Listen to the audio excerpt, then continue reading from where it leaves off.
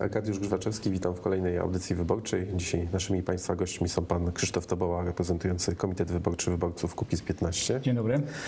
Pan Leon Swaczyna, Komitet Wyborczy Wyborców Ślązoki Razem. Miło mi.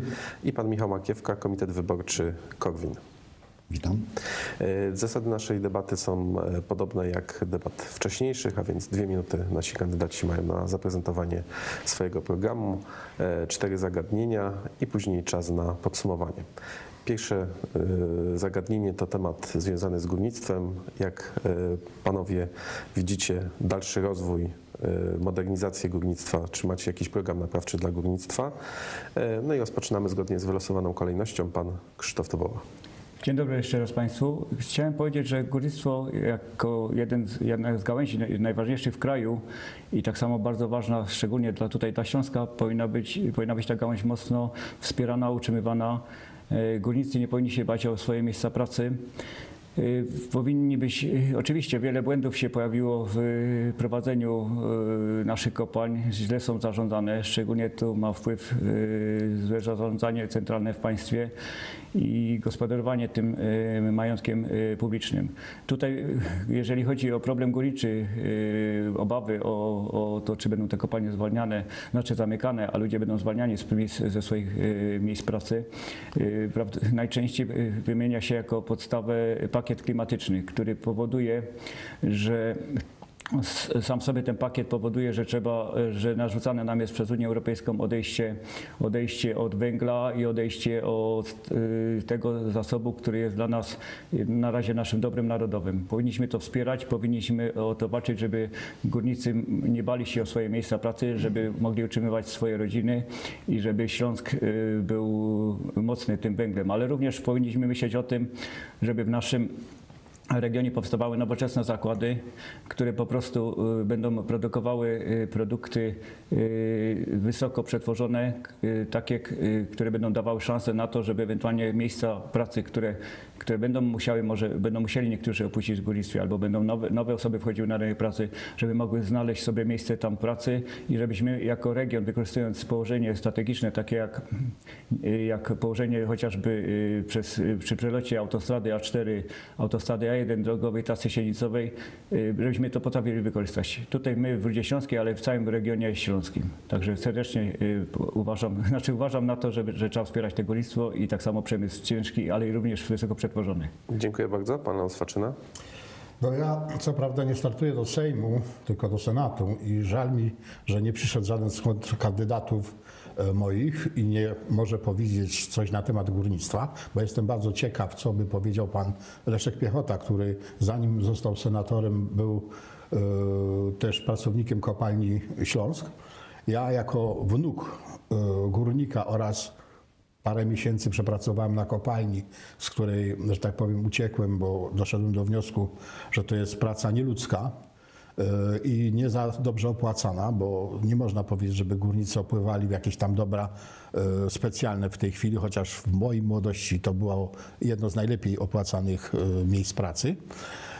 Muszę powiedzieć tak, nie ma obawy. Górnictwo jest, było i jeszcze długo będzie i będzie naszym zasobem. Co prawda teraz mamy dekoniunkturę, ale jak wiemy w Polsce przygotowuje się nowe elektrownie. I to elektrownie na opał stały, a nie na gaz, nie na ropę czy tylko na wiatr, bo wiatrowe są, owszem, ale to nie wystarczy. W tym roku może dojść do tego, że jeżeli zima będzie ostra, to te elektrownie, które miały nas zbawić, wiatrowe, etc., no nie wydolą i grozi nam nawet podobno 20,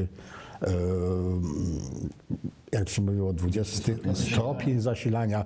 Ci z mojego wieku to wiedzą, że 20 stopień zasilania, a Balcerowicz już od samego początku zawalił tą robotę, bo górnictwo byłoby zupełnie w innej sytuacji, gdyby nie plan Balcerowicza oparty na kotwicy węglowej, że przez ileś tam lat węgiel nie brał udziału w rynku, tylko był po prostu hamowany i z tego brakło pieniędzy na modernizację, na odpowiednio przygotowania i w tej chwili po prostu kopalnie no niestety są nierentowne. Dziękuję bardzo. Pan Michał Makiewka. To, co mówił pan węgla Oswaczyna węgiel był hamowany w latach 90., czyli tak naprawdę kopalnie dostawały $12 za tonę, a koszt jego wydobycia był wtedy $20. A jednocześnie eksport z naszego państwa to było $50. No było nic innego jak nałożenie 80% podatku eksportowego na węgiel, który służył państwu, ale no, tak naprawdę doprowadzał do upadku kopalni. I te kopalnie upadły właśnie z tego powodu. Nie wiem, czy panowie wiedzą, ile jest podatków dzisiaj nakładanych na kopaliny węglowe, znaczy na węgiel kopany nasz. No, pozwolę panu wymienić choćby jedną, którą nie płaci żaden inny przedsiębiorca. Znają panowie takie? No właśnie, trudno je wymienić, jest ich 26 w sumie, a nawet dyrektor kopalni nie potrafi ich wszystkich wymienić, ale ja powiem tylko o takich rzeczach jak na przykład podatek od spalania paliw w silnikach spalinowych, opłaty za odprowadzanie wód podziemnych i one są wielokrotnie wyższe niż za odprowadzanie zwykłych ścieków powierzchniowych, dużo bardziej szkodliwych dla środowiska. Te wszystkie podatki nakładane na węgiel, do tego dokładamy jeszcze wszystkie tą korupcję, która istnieje w górnictwie, a bądźmy szczerzy, istnieje i o tym wszyscy wiemy, chociaż jest to tak zwaną tajemnicą Poliszynela. Można powiedzieć, że te wszystkie czynniki powodują, że nasz węgiel jest bardzo drogi. A od węgla się tak naprawdę nie odchodzi. Pamiętajmy o tym, że Niemcy będą w najbliższym czasie zamykać elektrownie atomowe, a my chcemy je budować. Oni je będą zamykać, budują nowe elektrownie węglowe. Japończycy odchodzą od energii atomowej, będą przechodzić znów na węgiel, bo stwierdzi, że to jest dla nich zbyt niebezpieczne. Japończycy nie mają swoich składów węgla, swoich złóż węgla. Oni będą go importować, ale im się to będzie opłacać. Niemcy również budują nowe elektrownie na węgiel brunatny. A jednocześnie ten jest nacisk z zewnątrz, abyśmy my wygaszali tą naszą produkcję. Więc gdzieś nie ma tutaj powiązań ekonomicznych, tych rzeczywistych. Dziękuję bardzo, czas minął. Pozostajemy w temacie gospodarki, a więc pomysł na rozwój gospodarki, ale także gdybyście panowie mogli przedstawić swoje założenia, jeżeli chodzi o kwotę wolną od podatku, istoty związane z wiekiem emerytalnym. Pan Leon Swaczyna. No ja powiem coś takiego. No, jestem jednym z okradzionych przez, powiedzmy sobie, obecnie rządzących. O 2 lata później pójdę na emeryturę. Jest to zwykły rabunek. No więc to zostawmy w temacie. Druga sprawa. Mamy coś takiego jak kwota wolna od podatku. Po co kwota wolna od podatku, kiedy może podatku dochodowego nie być w ogóle? Tym bardziej, że podatek dochodowy jest nieefektywny w skali państwa. Wyobraźcie sobie państwo, że podatek dochodowy to pokrywa koszt poboru tego podatku, koszt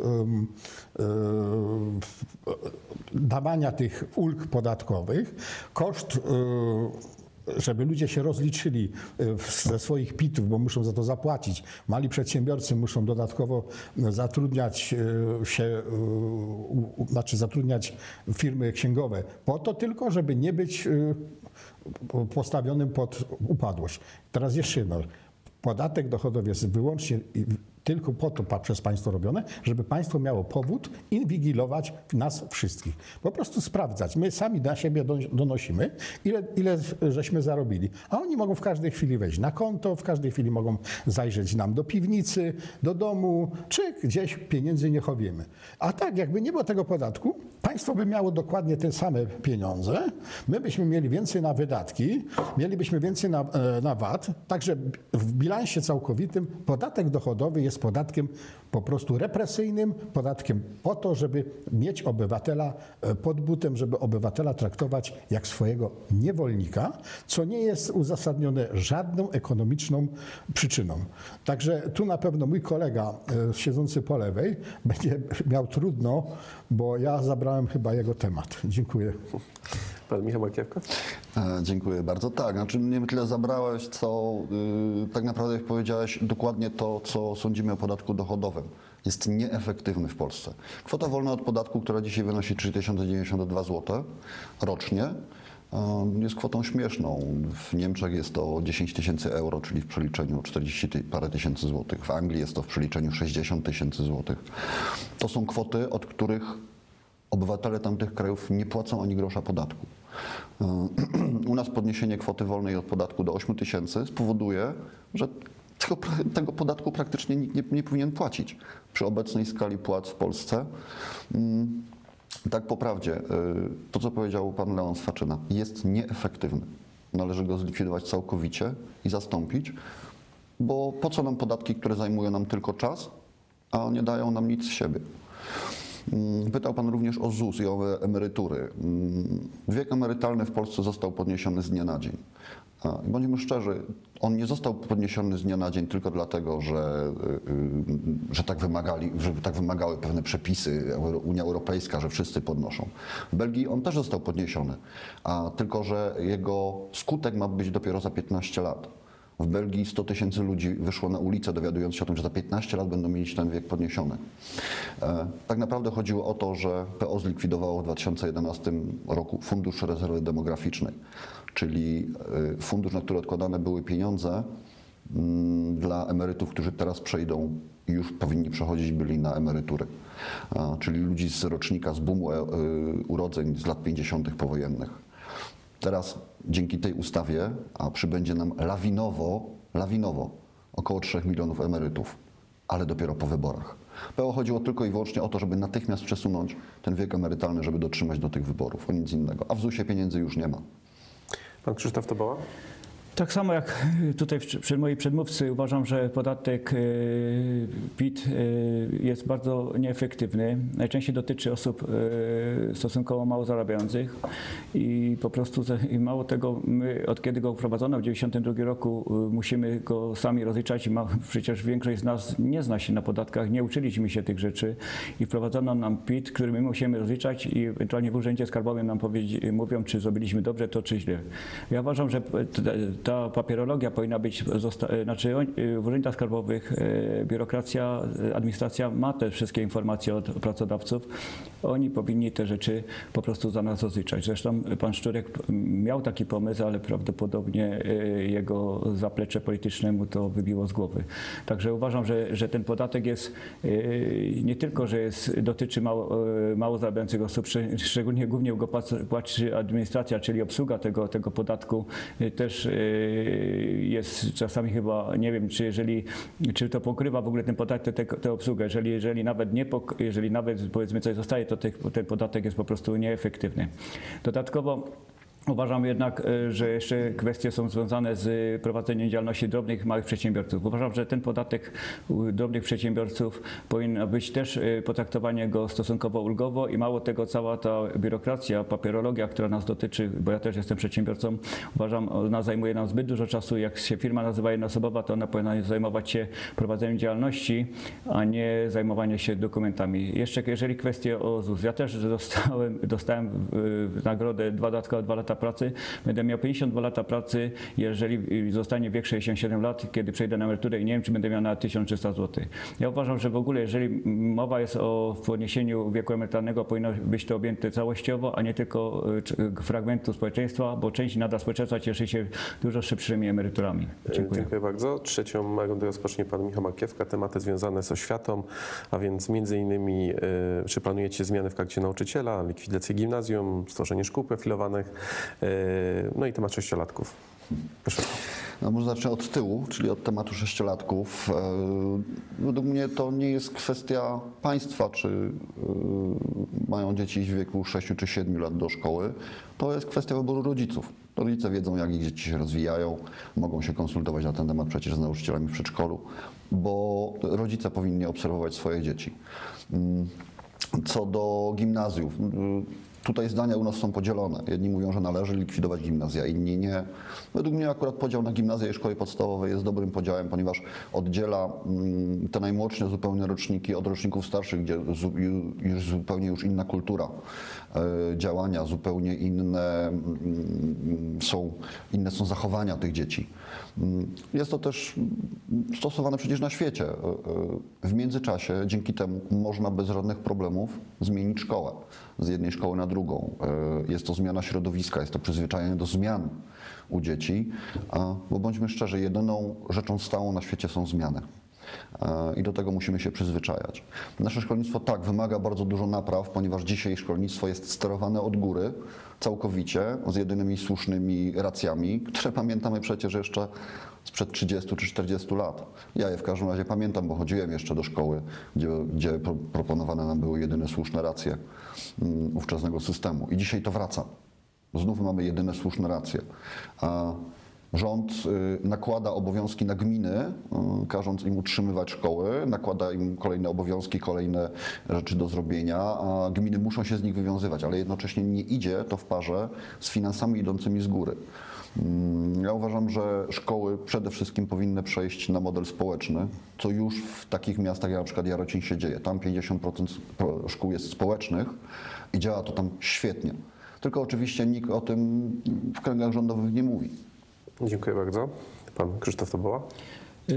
Ja bym się nie zgodził z przedmówcą w kwestii tego, że powinny zostać na gimnazjach. Myślę, że forma, gdzie były szkoły podstawowe 8-letnie, mnie się wydaje, że jestem przekonany, one się sprawdziły.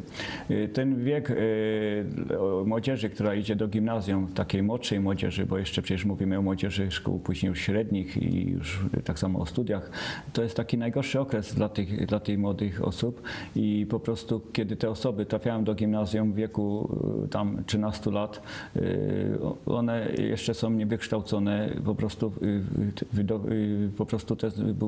walka hormonów w tych osobach, w tych dzieciach się toczy i one po prostu, jeżeli chodziły wcześniej do 8 klasy do podstawki, to jeszcze były traktowane jako dzieci. One dopiero jak wchodziły w wiek do szkoły zawodowej, średniej, w wieku 15 lat, to te kwestie wyglądało to troszkę inaczej. Ten 16-latek wtedy musiał uważać na starszych swoich kolegów, po prostu nie zakłócał tej kwestii nauki i tam na lekcjach, powiedzmy na przerwach nie przeszkadzał w nauce.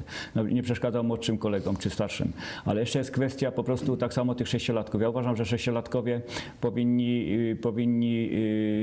znaczy to powinna być decyzja rodziców, czy idą dzieci w wieku 6 lat czy 7, bo po prostu ja uważam, że państwo nie powinno nam tego narzucać, powinniśmy sami o tym decydować. Zresztą ja mam dwójkę swoich dzieci, które puściłem w wieku co prawda 6 lat, ale uważam, że ta decyzja powinna być do społeczeństwa, do rodziców. Mało tego, nie powinno być też tak, że nam państwo narzuca też różne takie kwestie ideologiczne w nauczaniu.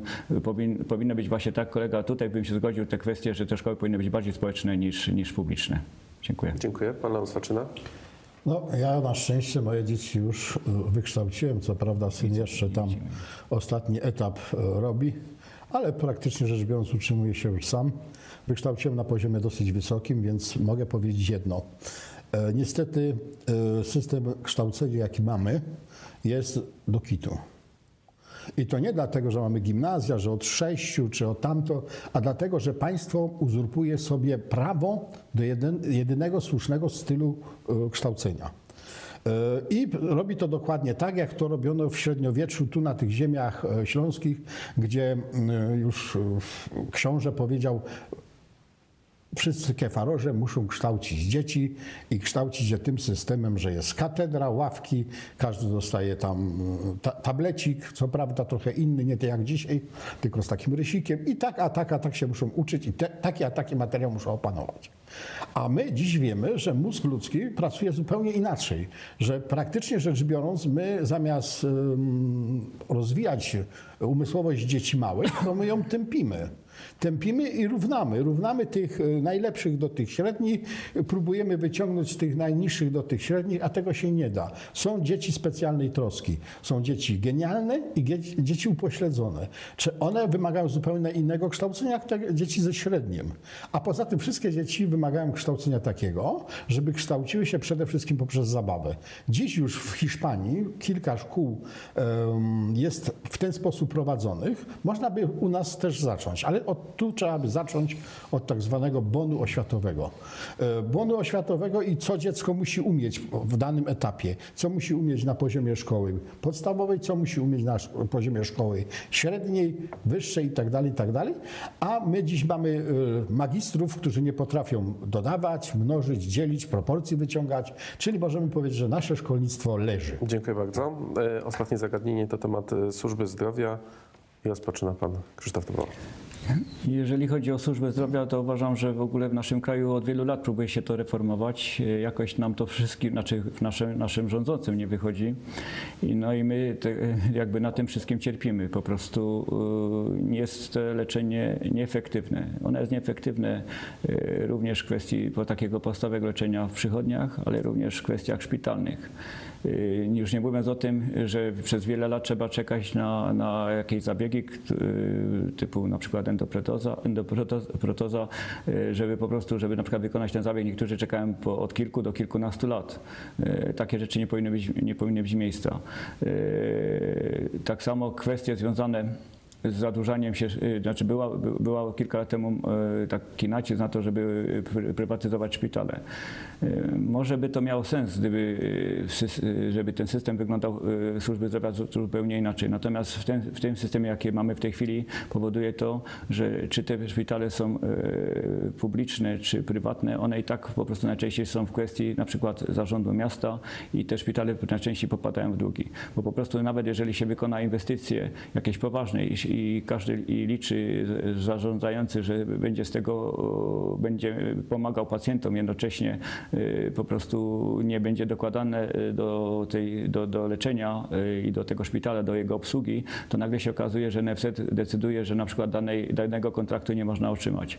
I wtedy po prostu robi się problem, bo nie dość, że zostały wydane pieniądze, z których nie można nic jakby wykorzystać, bo po prostu cały jakiś blok, czy operacyjny, czy powiedzmy jakiś oddział został wyremontowany i nagle się okazuje, że on jest albo pusty, albo po prostu w ogóle tam trzeba przyjmować pacjentów za pieniądze, gdzie po prostu wiadomo, że ich nie będzie w takiej ilości przy naszych zasobach finansowych. Także ta służba zdrowia wymaga gruntownej przemiany, ale takiej naprawdę z prawdziwego zdarzenia. Dziękuję. Pan Leon Swaczyna? No ja powiem coś obrazoburczego może. W służbie zdrowia nie brakuje pieniędzy. Brakuje solidności, brakuje tego, co proponowano na początku lat 90. Wtedy bawiłem się w takie coś jak Solidarność i była taka komisja zdrowia i był taki pomysł, że wszyscy obywatele jesteśmy ubezpieczeni tak jak jesteśmy ubezpieczeni, płacimy to tak jak płacimy, natomiast wszystkie lekarze i tak dalej stają się prywatne. I idziemy do szpitala i szpital nam po prostu wystawia fakturę. My z tą fakturą idziemy do swojego ubezpieczyciela i ubezpieczyciel mówi tak. No tak, miałeś wyrostek robaczkowy, to jest 80 zł. Pobyt w szpitalu 3 dni to jest 120 zł, czyli razem 200. Czyli tyle ci zwracamy. Natomiast asysta profesora, ekstra obiady od RIC-a, specjalna pielęgniarka, to sobie musisz zapłacić kolego sam. I nie ma problemu. I służba zdrowia przestaje istnieć, istnieje normalna medycyna. Istnieje coś takiego, że my jako pacjenci nie jesteśmy na przegranej pozycji, bo mamy ubezpieczenie tak, jak żeśmy mieli. Płacimy tyle, ile żeśmy płacili. Natomiast oszczędzamy na ministrze zdrowia, na wszystkich ZOZ-ach i tak dalej, i tak dalej, i tak dalej. Pieniądze po prostu nagle się znajdują dużo większe. A dziś mamy tak, że endoprotezę tu czeka się 15 lat, a gdzieś tam w Polsce czeka się 3 lata. Ja na badanie, powiedzmy z tomografem komputerowym czekam do stycznia, ale gdybym pojechał na przykład pod Warszawę czy pod Poznań, może bym to zrobił za 2 tygodnie. Więc na pewno służba zdrowia jest chora, ale ona jest chora od czasów komuny do dnia dzisiejszego. A chora jest dlatego, że właśnie ci ze służby zdrowia, lekarze, ordynatorzy, którzy w latach 90. nie chcieli zmian, do tego doprowadzili. Dziękuję bardzo. Pan Michał Markiewka. Ja tu może będę kontynuował to, co powiedział pan Leon Swaczyna. Ten model został wprowadzony, o którym pan mówił. Kilka lat temu powstał we Wrocławiu prywatny szpital, wybudowany za prywatne pieniądze. Rozlicza się normalnie z NFZ-em za wszystkie wykonane operacje, ale oprócz tego pacjent może sobie wybrać, że chce na obiady takie danie, że chce mieć pojedynczy pokój, że chce mieć dodatkową pielęgniarkę i to są rzeczy, za które płaci sam. Za to już NFZ nie płaci. Kolejki do szpitala ogromne, bo każdy się chce tam dostać. Ludzie mają pieniądze na to, żeby zapłacić sobie za dodatkowe usługi. Kolejną rzeczą, która nie jest dobra w naszej służbie zdrowia, jest to jedyny, najważniejszy i jedyny NFZ, czyli monopol. Monopol nigdy i dla żadnego konsumenta, a konsumentami jesteśmy wszyscy, nie był dobry. Pamiętajmy o tym, że to przez monopole mamy wysokie ceny. rozbicie rynku ubezpieczeń na ubezpieczenia prywatne. Oczywiście NFZ może sobie pozostać, nikt nie zabrania mu działać. Jeżeli ktoś będzie się chciał ubezpieczać w NFZ się ubezpieczy. Ale rozbicie tego monopolu na prywatnych ubezpieczycieli również, a równoważnych NFZ-owi przede wszystkim, bo to jest najważniejsze, spowoduje obniżkę kosztów wszystkich operacji. To są takie rzeczy podstawowe. Poza tym lekarze, z którymi rozmawiam, mówią: słuchaj, myśmy się już z lekarzy zamienili w urzędników. My musimy wypełniać tony papierów do rozliczeń. Teraz PO chciało wprowadzić program e-zdrowie, który miał kosztować 760 milionów złotych. Proszę Państwa, 760 milionów złotych wydanych na oprogramowanie, które miało usprawnić dostęp do lekarza, którego niczego nie usprawni. Te 760 milionów miało być dofinansowane w wysokości 600 milionów przez Unię Europejską. Już wiadomo, że nie będzie, ponieważ nie zakończą projektu do końca roku, a taki był warunek. Czyli to są kolejne pieniądze utopione, czyli kolejny miś naszych czasów. Ja to wszystko już chyba znamy z komedii pana Bareja. Dziękuję bardzo. Ostatnie wystąpienia, więc 2 minuty podsumowania i prezentacji programu. No dlaczego w najbliższą niedzielę widzowie, którzy oglądają tę audycję, mieliby oddać głos na panów? Pan Leon Swaczyna.